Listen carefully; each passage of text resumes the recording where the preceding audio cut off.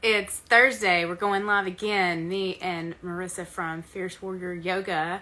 As soon as she gets on here. Today we're going to talk a little bit about sleep and movement as the last two pillars of health that I like to coach my participants, my members, my clients on, and in the program that she herself is going through. And we have our big announcement as far as her program goes, which y'all are going to get at a steal of a deal, and I'm super, super, super excited for you to hear about it.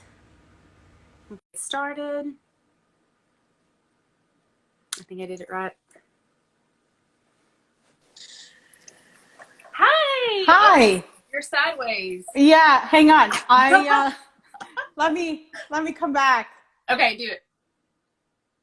It happens. I was wondering if we could go sideways when we went live, but maybe not, because I bet that's what she's trying to do. Because I know that she's been filming today, some other stuff, so having the camera in the sideways mode. But it didn't take her all the way away. I wonder what happens when she comes back. So I hope y'all are having a great day. It has been a slower paced day for me than usual.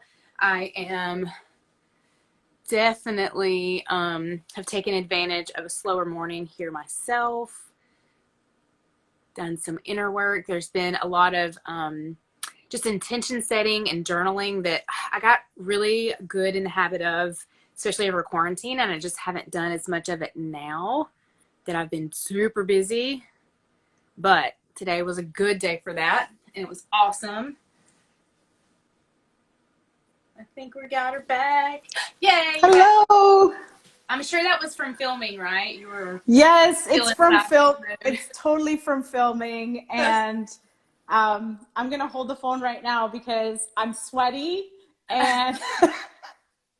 Awesome. Yeah. No, I went ahead and said we're going to talk a little about sleep and movement and the pillars, and that we have a big announcement, and we won't chat for very long just to keep everybody in the loop.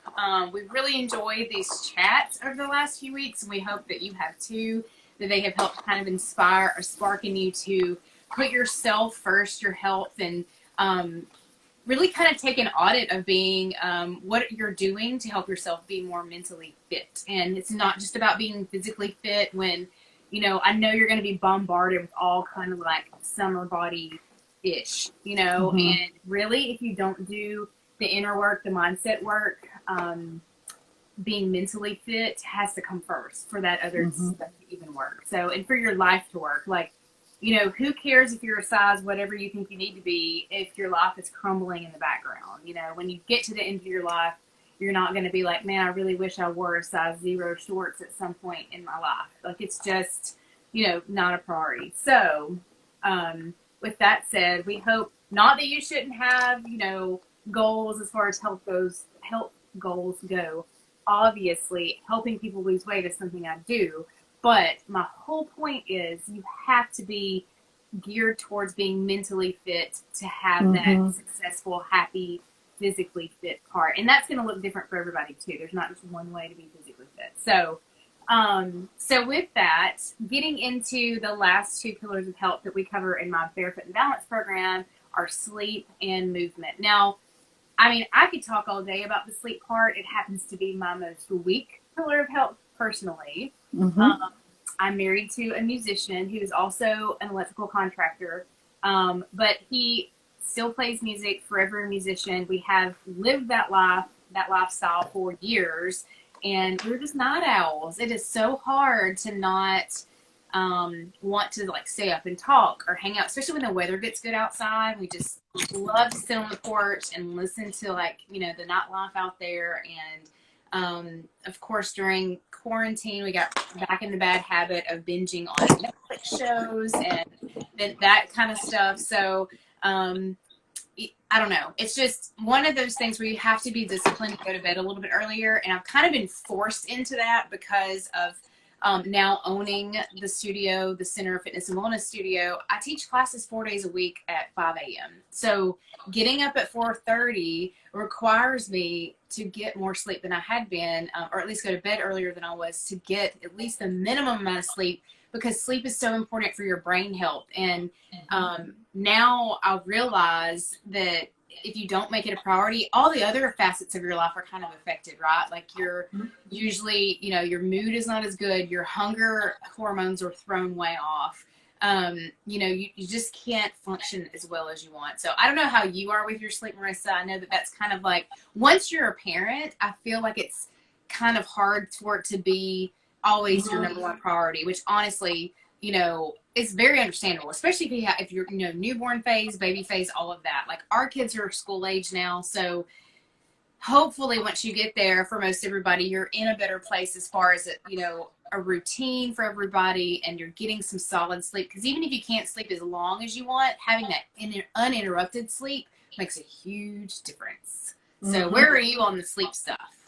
So sleep is also a pillar I need to work on, especially because of the pandemic. I find that the insomnia and the exhaustion set in so much faster. I was already struggling with sleep beforehand, just because I have two kids. One's a night owl and one is a morning person, and everything else in life, right? So I was trying to fit it all in to make sure that I got enough rest, and I wasn't. I still am not. I am still working through that, and the way I support myself with it is making sure I set a specific routine at night. I'm mindful of that. That could be a tea. That could be, you know, making sure that I'm not watching TV right away before I go to bed. Just setting some small habits to support and get me into that sleep mode. Sleep is definitely the improvement on my end. How many average hours do you think that you get? On average, 5-6 hours of sleep. Not okay. Well, I know that sounds cringy, but that's actually very normal for a lot of people, and it's not horrible. Like under 5 is when it gets a little more scary. And from the research that I've done, it actually really affects your brain health, as in changes the shape of your brain. And you know, when we sleep, it's when a lot of restoration happens, like muscle recovery, you know, being able to like officially kill off those, like, you know, remove those dead cells or dying or damaged cells. In the much of the way like antioxidants kind of help with that, sleep actually has a big role in that too. And also giving your digestion a rest, all of the things. So if you find yourself like having brain fog a lot, like hard to focus, maybe it's because you don't get enough sleep. If you're not having that, so melatonin and cortisol are hormones, right? And they're oh my gosh, what's the word when they can't both happen at the same time? My brain has just they interchange, right? Right, like they're oh gosh, there's a C word I'm thinking. I haven't eaten yet. I didn't end up eating lunch before we talked after all, but basically they're inversely related or whatever. Like when you have high cortisol, your melatonin is naturally going to be low. So you want your cortisol not to be overly elevated, but that's what, like, your adrenaline, you know, you're not necessarily always in fight or flight, but your adrenaline, just a little bit of stress is good for you. So that's why, like, deadlines and all that kind of stuff, opposites. They are opposites. Oh, hi. Somebody's waving and saying hi. Yes. So they're opposites. So yeah, think about it like that. So if your cortisol is high, like that's what you need to like function well during the day. Now, if you're overproducing cortisol because you're always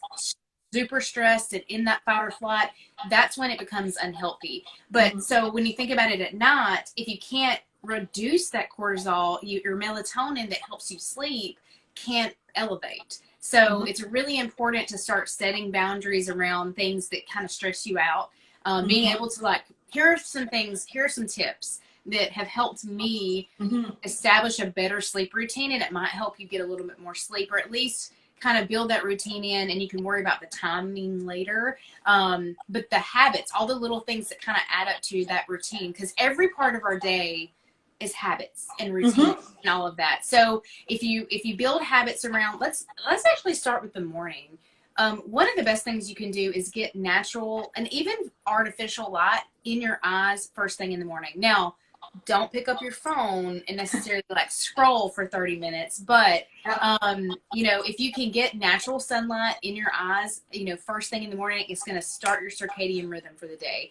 And that's what we want to get kind of more in sync and balanced with. So if you signal to your brain, you signal to your gut, your day has started, I'm working on things, you have that little bit of stress, cortisol, working for you, and then your melatonin is going to naturally decrease during the day. So ideally you don't feel sleepy and all of that stuff. Then when you know that you're getting close to bedtime, some of the best ways to kind of decrease that cortisol and increase your melatonin are to limit device use. I know that's the hardest one. If you blue blocker glasses, it's the blue light that kind of interferes with our body's ability to produce that melatonin. So if you can, kind of block out that blue light, that's helpful, or be far, far away from the screen that is on. We put they're called Biozen stickers, and it's not necessarily the light, but it's the electromagnetic field. We're constantly around, right? From your wireless, internet and all the devices going on. We have these they're clear stickers with a little triangle on them. And I actually have extra of them to sell for cheap to my friends, because I'm like, everybody should have these on your phone, on your, your computers, on your TV, everything, because everything's smart now. It's all sending out all these, electrosmog is what it really is. But this little invisible magnetic field that literally alters your DNA. And so they've shown in studies that it's actually messed with people's sleep. It's messed with people's ability to even lose weight, and to as far as your headaches and your thought process, your cognition is messed with. So that's another one of the things, if you have to use your phone as your alarm and that kind of thing, putting one of those little stickers on there makes a big difference, or keeping it far away from your head at least, makes a bigger difference. Also, turning down the lights dimly. So if you have overhead lights in your house, or bright lamps or whatever, do what you can to lower the amount of light in the room, and it starts to signal to your brain, okay, it's time to get ready for sleep. Not saying you have to sit in the dark, but just turn it down. So that's something we've done. I'm a very visual atmosphere kind of person. And so with even before I knew that was a purposeful thing for bedtime, I can't stand for overhead lights to be on within an hour or two of wanting to put the kids to bed. So I go around turning off all the overhead lights and turn all the lamps on, and we have dimmable lights in our house and everything, just so it's setting the mood. It has that for a reason, that name. So set the mood for sleeping by turning down noises, turning down the lights, and kind of just getting that routine started before anything's actually going on. I mean, people putting babies and kids to bed and stuff, there's a reason why bedtime routine has a lot of clout, because it actually does make a difference for getting into that sleep state. And so do the same thing for yourself. A couple other things I do are, if you want to do some breath work or some stretching or whatever, just to help your body kind of de-stress. Another thing for me is brain dumping. So I keep a notebook on my nightstand beside my bed. So if I just cannot stop thinking about the things I have to do the next day, or, oh my gosh, I'm so afraid I'm going to forget X, Y, or Z at the grocery store, I just write it down on the piece of paper that's beside my bed, in my notebook, and then it's out of my head. I've dumped it on the paper. It's going to be there for the morning. I'm not going to forget it. My brain doesn't have to think about it, and I can actually go to sleep. So those are a few different things that I've implemented in different ways over the last few years, and it's really made a difference in me being able to turn off my brain. I can honestly say, except for certain times during the month when I definitely have a hormone swing, it's way less, of an issue that it used to be. But sometimes I will have a little trouble sleeping. But for the most part, once I'm asleep, unless I'm in my lights, because you have the REM cycles, right? In your repair and all that stuff mostly happens during those REM cycles, which last about 45 minutes to almost an hour and a half for some people. So, you think about it in an hour at a time. And then there's going to be that 15 to 20 minutes between REM cycles where you're kind of in lighter sleep. Now, if something happens noisy during that light sleep stage for me, I'll probably wake up. And maybe that's a mom thing too. Like after you're used to like listening to crying babies or whatever, my husband snoring wakes me up sometimes. But I do have to say that for the most part, for the most part, I sleep really, really well. And so you think about it in those REM cycles, and then you want to get like at least 5 to 6 of those REM cycles per night. So that's going to equate to closer to like 7 or 7.5 hours of sleep. So, do you have any tips and tricks as far as like, because I know you know some about like essential oils and you know the yoga stuff, or do you do any of that before bed? Yes, I do. So backing up to in the morning, right before my feet hit the ground, so when the natural light, to complement what you suggested, I like to recite a particular mantra. Even with my eyes, if they're closed, it just sets the tone for me, for my feet to hit the ground and for me to feel grounded versus feeling like I'm already behind the 8 ball and starting, right? To not go into that fight or flight mode. And so you can craft any mantra that feels right to you that is going to help you power up and in a more aligned way. So that's tip number 1.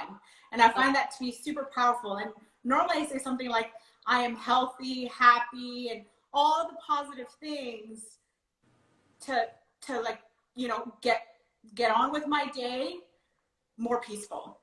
So the next thing is at nighttime, we're creatures of habit.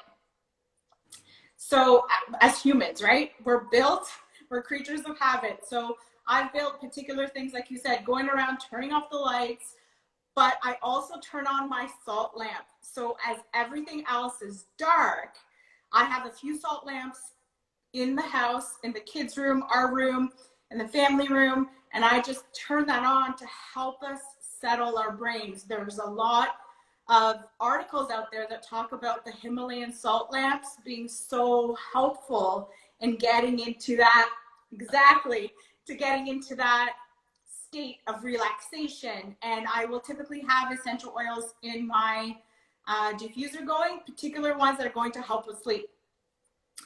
The one amazing thing that I tell all of my clients and students, to do some yoga moves as you're going to bed. What does that look like? It could be as simple as having your headboard, using your headboard as a wall, scooching up against it and putting your legs up.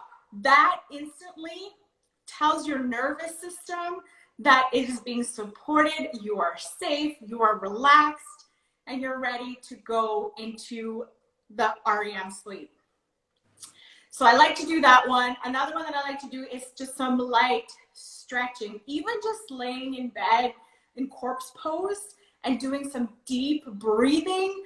That will support your body so much more than if you were to read a book and get into a story and then just, you know, have your brain all fired up. Just really be mindful and aware of the things you can do to power down. Because, right, we go through our days and we're go, go, go. It's just the nature of life.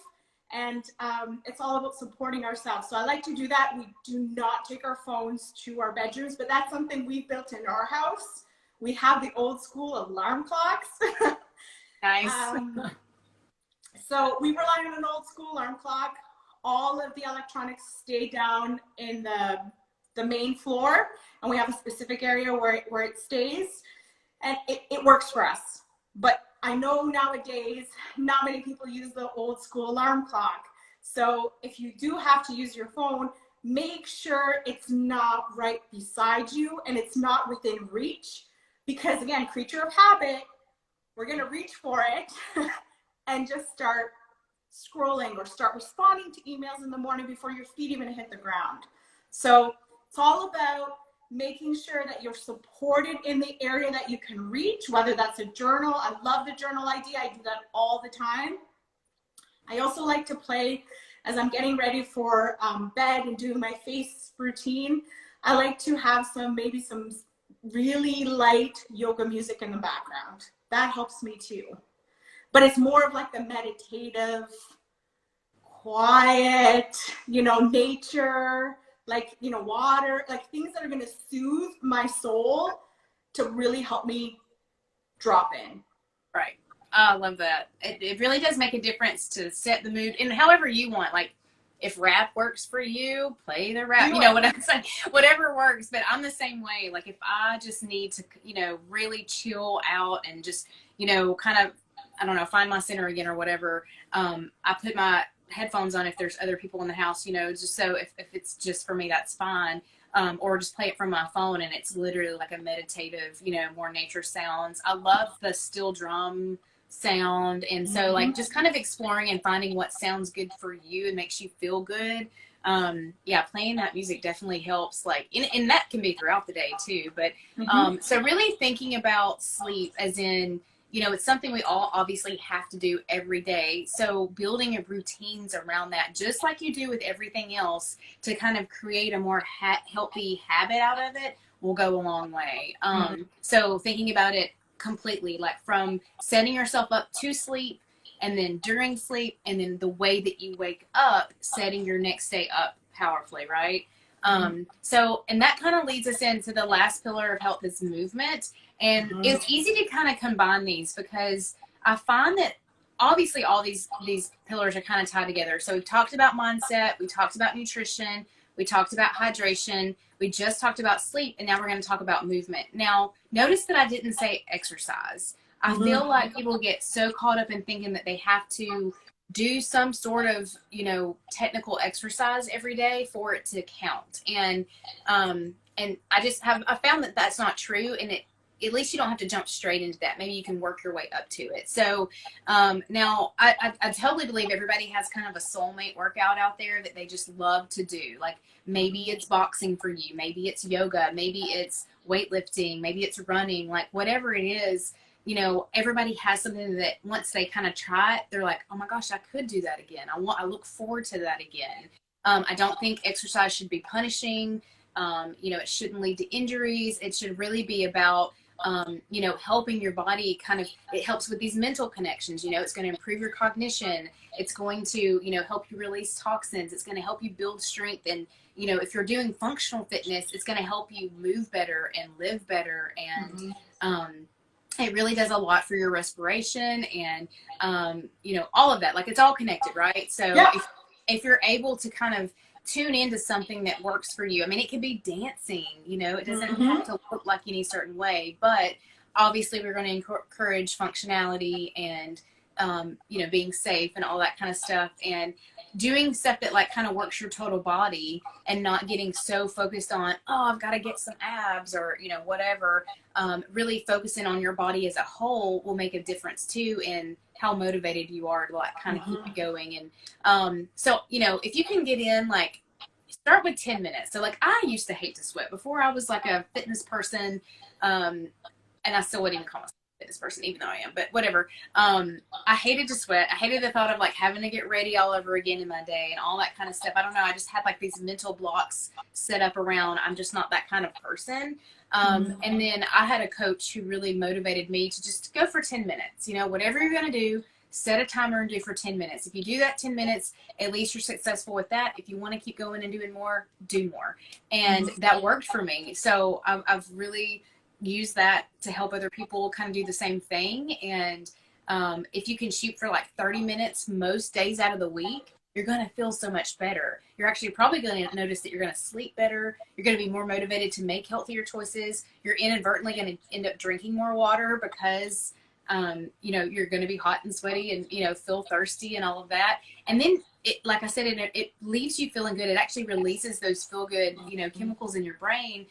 Your hormones are just going to end up being more balanced. You're going to feel better. So you're going to think more positively. You're going to have a better sense of well-being for yourself and your life and those around you, you know, when you exercise or when you have purposeful movement. So like I said, it doesn't have to be technical formal exercise. So just kind of shift your thinking and your mindset around, you know, away from exercise and towards movement, hopefully would help people realize that, like, you know, it could be walking, you know, like yourself go for a walk or yoga where you're just literally on your mat. You're not going anywhere. You don't have to be necessarily in front of anybody. You know, obviously I would like, feel like if you're local and want to be a member of my studio, like there's different stuff we're doing every day, and you're not competing against anybody. It's literally just getting your best workout all the time. So I think taking that intimidation away for people, that they realize, okay, don't set any expectations for yourself except getting through it and being open to see where it leads you when you connect with different ways of moving your body. So I know that one's probably near and dear to your heart too, as far as the whole mind body connection coming together in purposeful movement too. So, I mean, obviously yoga is one of your soulmate workouts, but you can share a little bit more about the way you incorporate it, and then we'll kind of lead into your big announcement before we close out the chat today. Sure, sounds good. So the yoga piece, I incorporate that as part of my morning routine. Now, that hasn't always been the case. It took me a very long time to build this habit and have it be as a way for me to set the tone for my day. Prior to doing that, I would fit in yoga whenever I could throughout my day. And a lot of the times, because I resisted, because I knew it was almost like I would circle around my mat, right?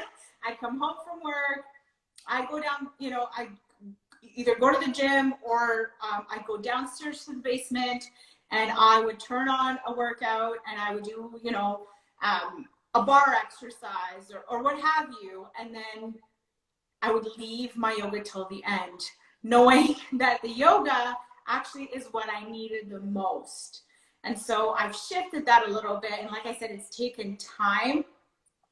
Now, a lot of and it doesn't have to be hours on your mat.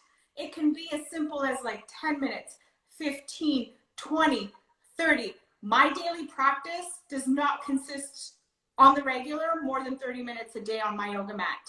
That's my movement. Then I move into my meditation.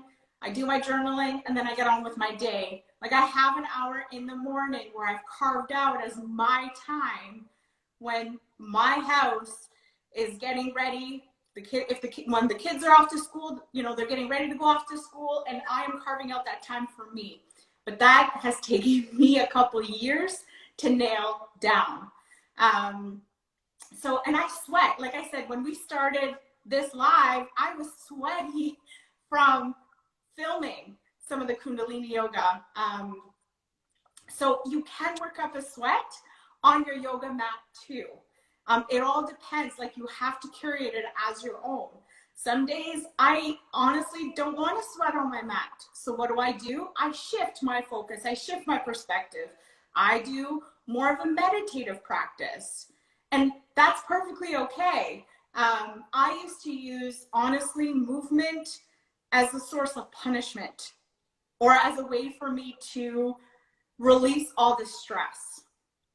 And I say punishment in the sense that if I had, you know, a week where I consumed a little more of things that I didn't necessarily want and weren't the norm, then I'd be like, okay, I gotta sweat this out. I gotta work it out.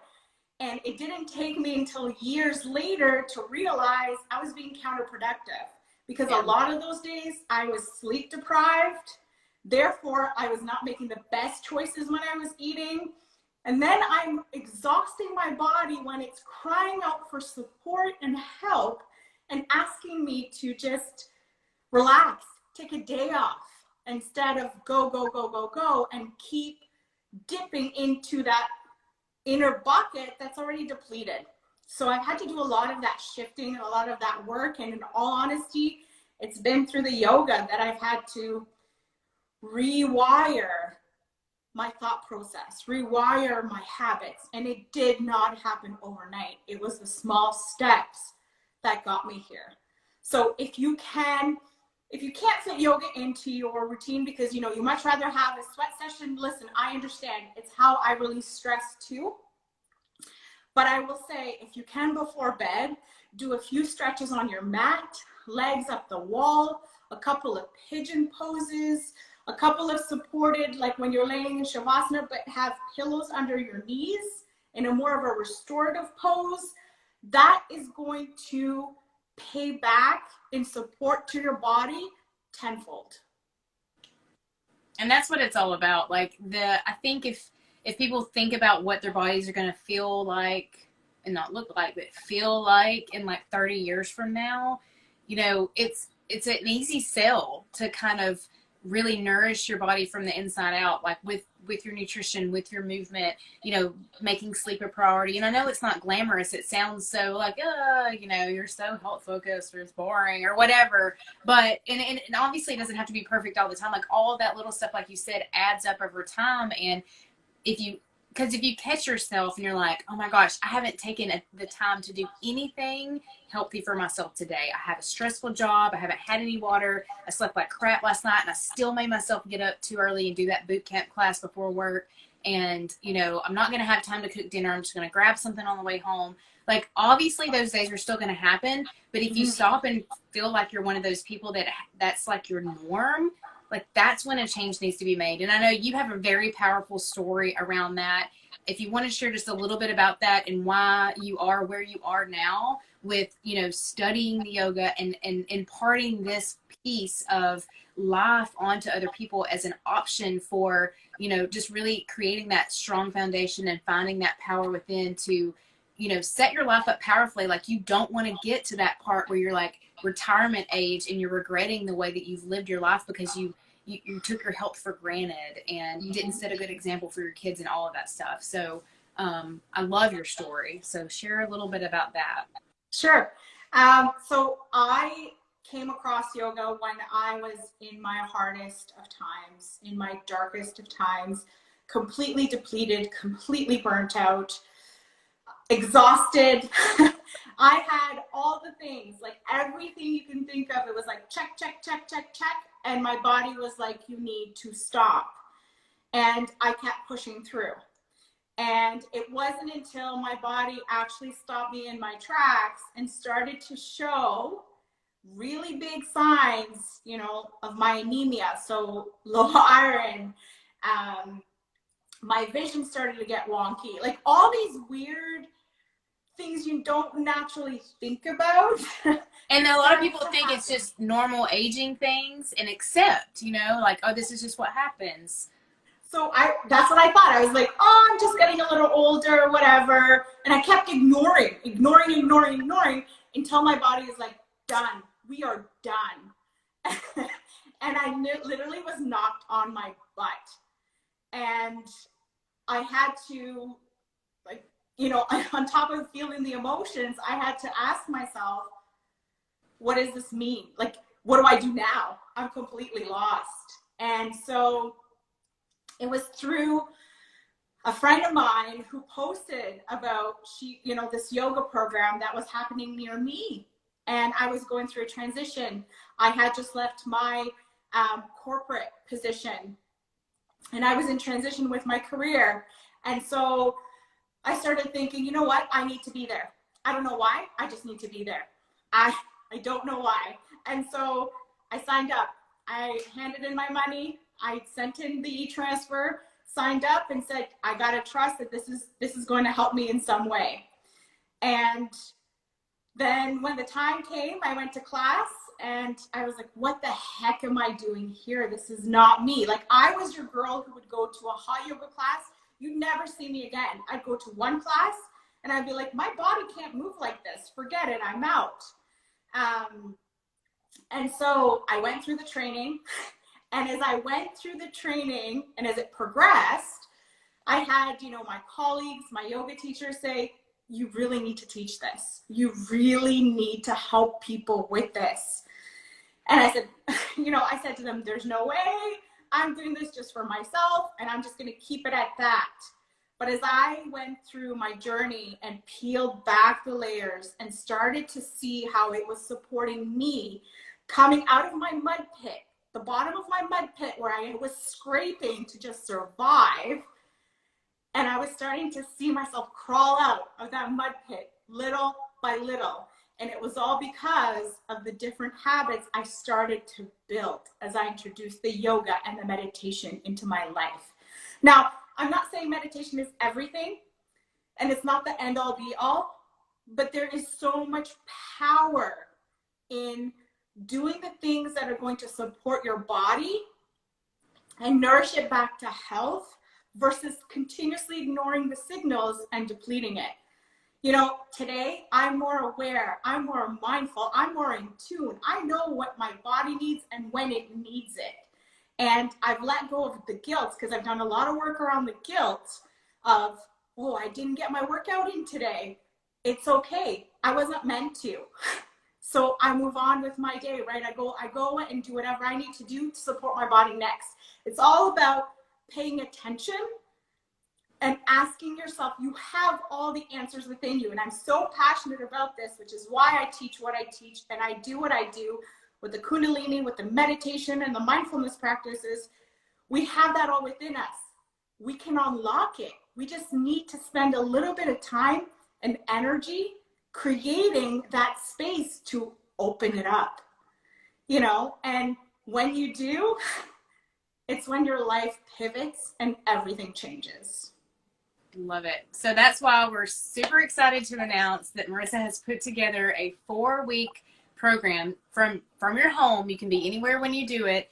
It's called Spring into New Beginnings. And she is opening it up because we've talked about this. And I was like, oh my gosh, I want to offer this to, you know, the members at my studio and to my Barefoot and Balance participants and my whole network. And she's going to allow an insanely affordable price for this one 4-week program for the first, you know, just this once.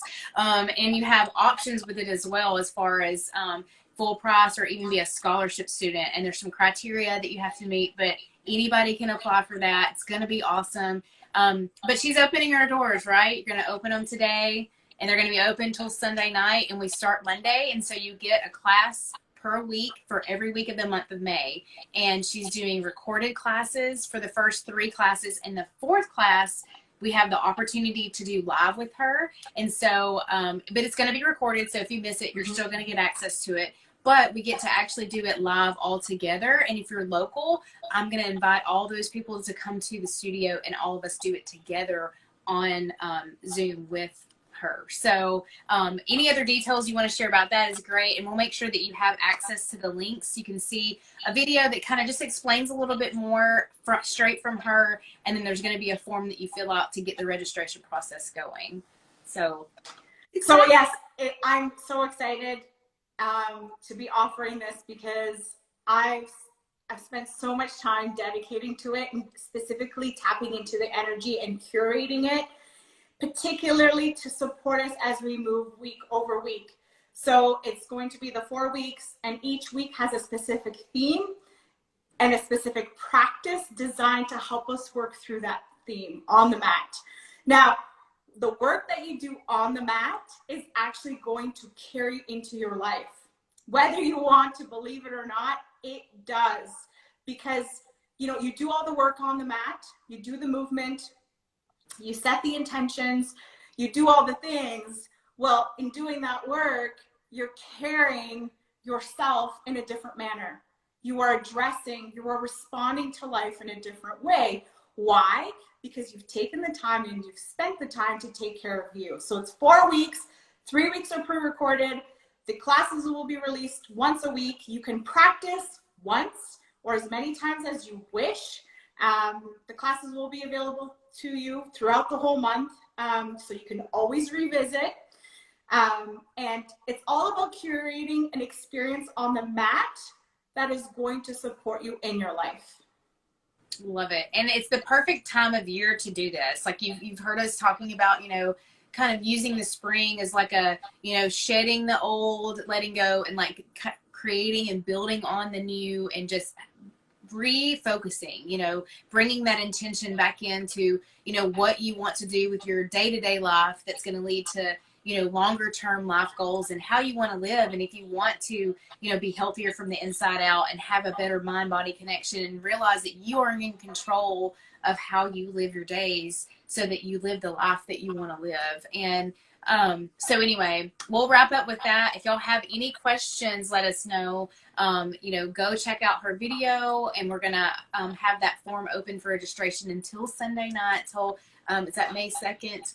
And so we're ending April strong by realizing, hey, you know what? We have this awesome tool at our disposal. Thank you so much for putting this together. I'm super excited to go through it myself because I've been wanting to make Kundalini Yoga more of a part of my routine, and I just haven't figured out how to do that yet.